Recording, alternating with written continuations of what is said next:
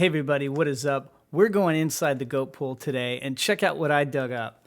This is an old surfing magazine of Kelly Slater. It's actually from 1988. He's still got hair and he's surfing for Sundeck and he's surfing in a wave pool. That's freaking crazy, man. I remember when I was a kid, I couldn't wait till those showed up in the mail. It was like Instagram, only updated every 30 days. So anyway, this is an event preview for the Jeep Surf Ranch Pro. Let's dive in.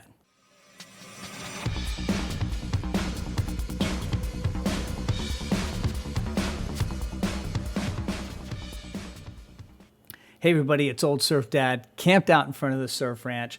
Today I'm going to cover the surf report. Yes, there actually is a thing. I'm also going to get into different wave pool technologies. We're going to show you some really cool clips. And finally, I'm going to make my men's and women's fantasy picks. But first, let's check out our fantasy league. So we have a fantasy league around here, and you can join. All you have to do is go to oldsurfdad.com. Come join us because guess what? There's giveaways. There's also a Hall of Fame. Check it all out. But right now, what I really need to do is congratulate Revolta. What an exciting finish it was. There were lead changes at the end. I certainly wasn't a part of it. My picks absolutely sucked. But I want to congratulate the top 5, starting with Revolta. Hey, Revolta, not only did you get that Rotten S t-shirt, but I got you this Kelly Slater trophy. Anyone know where this is? Go ahead and comment down below, but I think we all know where it is, in Kelly's home. Thanks again for everybody participating, and good luck to you in the next one.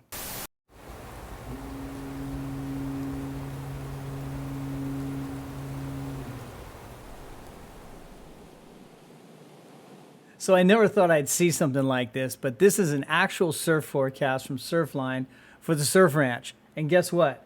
It's chest to head high every day, 4 to 5 feet. I get a kick out of this because there's no swell direction. We know it's all man-made. And the only thing that really affects this wave that's natural is the wind. And what I will tell you is that a northwest wind, which is the predominant wind, is offshore on the right and onshore on the left. So the left can be crumbly. It can be more of a turns type of situation, although when it hits that inside ledge, it does get hollow. The right opens up, and we know there's 2 sections there that wind goes, that blows right into it. So there's the most anticlimactic surf report I can imagine. So we're going to break down Kelly's wave pool and look at some clips I've compiled. But before we do any of that, have a look at this image. This is Big Surf in Arizona. This place opened in 1969. Almost 50 years before Kelly showed us the surf ranch. This is amazing and probably the inspiration for the movie North Shore. If you haven't seen the movie North Shore, do yourself a favor and rent it tonight. It's so bad it's good. And I want to hear in the comments below, those of you who remember, who played Lance Burkhart. It's so funny. So I went into a wave pool rabbit hole to dig up some clips and some information. All the links to that is down in the description below. Now, believe it or not, there's a whole website dedicated to wave pools called wavepool.mag, which I pulled some information from for this piece. But I think the best thing I found was a complete wave pool episode on weird waves. If you guys haven't seen Weird Waves with Dylan Graves, it's pretty cool. I'll leave a link to that as well in the description below. But in this wave pool episode, they have a guy named Tom Lockfeld who's like the Dr. Evil of wave pools. And he's involved in a wave pool in Palm Springs that you may have seen Mason Ho surfing. That may become my local break pretty soon. It looks fun, man. The manager is Shane Magnuson, who was involved in the Texas wave pool. Speaking of the Texas wave pool, this is a spot where new airs are being invented, it seems like, every day. I've got a link below to the Xgames Stab High event in 2019, which has some incredible performances. But I think the most impressive thing I've seen from the Texas wave pool is Sierra Kerr. You should take 2 minutes and watch her surf in the link that I have in the description below. Here's an example right here. She is unbelievable. Like, I'm not afraid of the Brazilian storm anymore because here comes Sierra Kerr. So there's several different methods to create waves in a wave pool. One of them is the plunger method, which is like throwing a rock in the middle of a pond and concentric waves come out from the center. And that's what Occys uses in his pool. The neat thing about it is when you look around, it's like being in Kandui in the Mentawai Islands. There's waves everywhere at different levels. And that's sort of what Occys' pool looks like to me.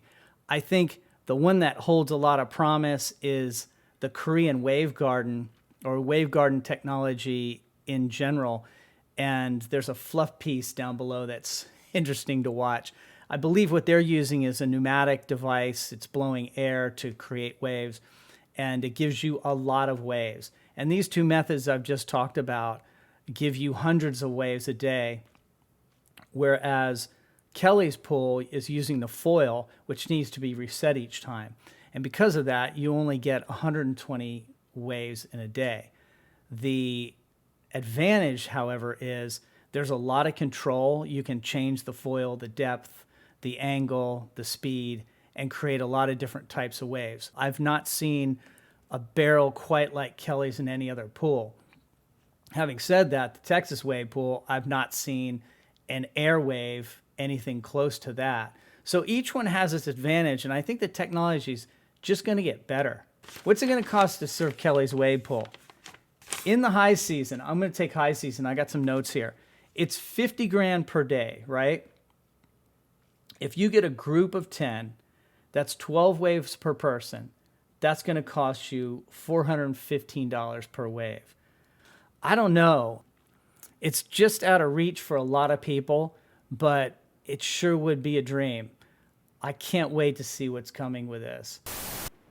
So back when the Xgames was still in Los Angeles, a little more than 10 years ago, I used to take my son to expose him to skateboarding, and halfpipe in particular, which is something that I loved when I was a kid. We built ramps in our backyards, courtesy of the Florida construction boom. But we were actually at this event, sitting in the audience, watching Shaun White absolutely go off. It was like watching Gabriel Medina surf this year. He was pretty much owning the competition at this point. And the reason I bring this up is because I think this is what the World Surf League is trying to achieve with this Surf Ranch event. I think they want to isolate the playing field. They want to make it consistent for head-to-head surfing. And I think it even comes down to competitors can plan their runs just like they do in the Olympic snowboard events. And it's a shame that the Olympics doesn't have a pool, because I think it makes the action a little better for viewers, so there's not two people bobbing in the water. I think we're just used to seeing that in the World Surf League, but I think it's going to be boring for people who are new to surfing. To be honest about it, the actual Surf Ranch event itself is a little bit boring for me. I like the randomness of the ocean. I like Mother Nature changing the wind and the tide. I like competitors seeking out set waves. I like some of the luck that's involved. Anyway, call me old school. But what I want to do now is jump into who I think are the top competitors for this year's event. So in talking about the Surf Ranch Pro, I think it's really important that we all understand for our fantasy teams that there are no reselects, that this is a leaderboard format. And what that means is they take the two waves from each surfer and combine them to create a score. And that score is placed on the leaderboard. The highest scores move on to the next round. All right, so before I make my picks, I want to give you this warning. I'm ranked 9,359th overall. You should know that my picks have sucked lately. 50% of the time, I'm absolutely on point, and 50% of the time, I'm dead wrong. So there's your warning. I'm going to get right into it. Tier A, women's. How easy can this be? We're going to pick Carissa Moore, even though I pick against Sally and Tati every time and usually pay for it. Next, Joanne DeFay's done really well here in the past. I'm going to go with Joanne DeFay and Caroline Marks. In fact, Joanne DeFay won in 2019 here. And then I'm going to go, let me make sure. Steph Gilmore's not a bad choice here. I'm going to go with Caroline Marks, who's done well in the past in the pool. Carissa Moore is going to be my power surfer, by the way. And tier C, now I see Lakey Peterson here. She's an easy pick. I think that she's still injured, and this might be a mistake.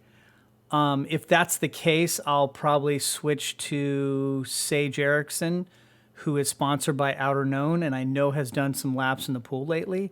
But let's start with Lakey. I would love to see Lakey surf here. That would be a great tier C pick. All right, let's go to the men's. Let's look at the men's. Tier A. I'm not going to make the same mistake I've been making all year. Gabriel Medina, power surfer. Done. I will, however, pick Felipe Toledo and not Italo. Felipe has a great history here. He's come in second to Gabriel Medina, I think, in every one of the WCT events. That is correct. And then the Rumble at the Ranch, he actually won. So I'm going to take Felipe Toledo. And the statement is true that Gabriel Medina is undefeated in the pool. That's an amazing stat. All right, tier B. I'm going Kainoa Igarashi. That's definitely going to be a pick. He's done really well here, and he was second at Rumble at the Ranch. I'm going to take... who am I going to take? I'm going to take Yagadora next. I just love the way the guy surfs, and he surfed in the pool before. I'm going to also take... Who do I like here? This is tough. I'm going to also take Julian Wilson. God, am I going to take Julian? Yeah, I am. And then finally, I'm going to take... I think I'm going to take Miguel Pupo. Not Ethan Ewing. He could do well. Not David Silva. I always pick against Jadson, and it usually doesn't work out. Adriano might do okay. I don't know, man. Let's go Miguel Pupo. Finally, tier C. This is interesting. Owen Wright has performed at the pool for years. I'm taking him. That's an easy pick. Now, here is something I can't believe.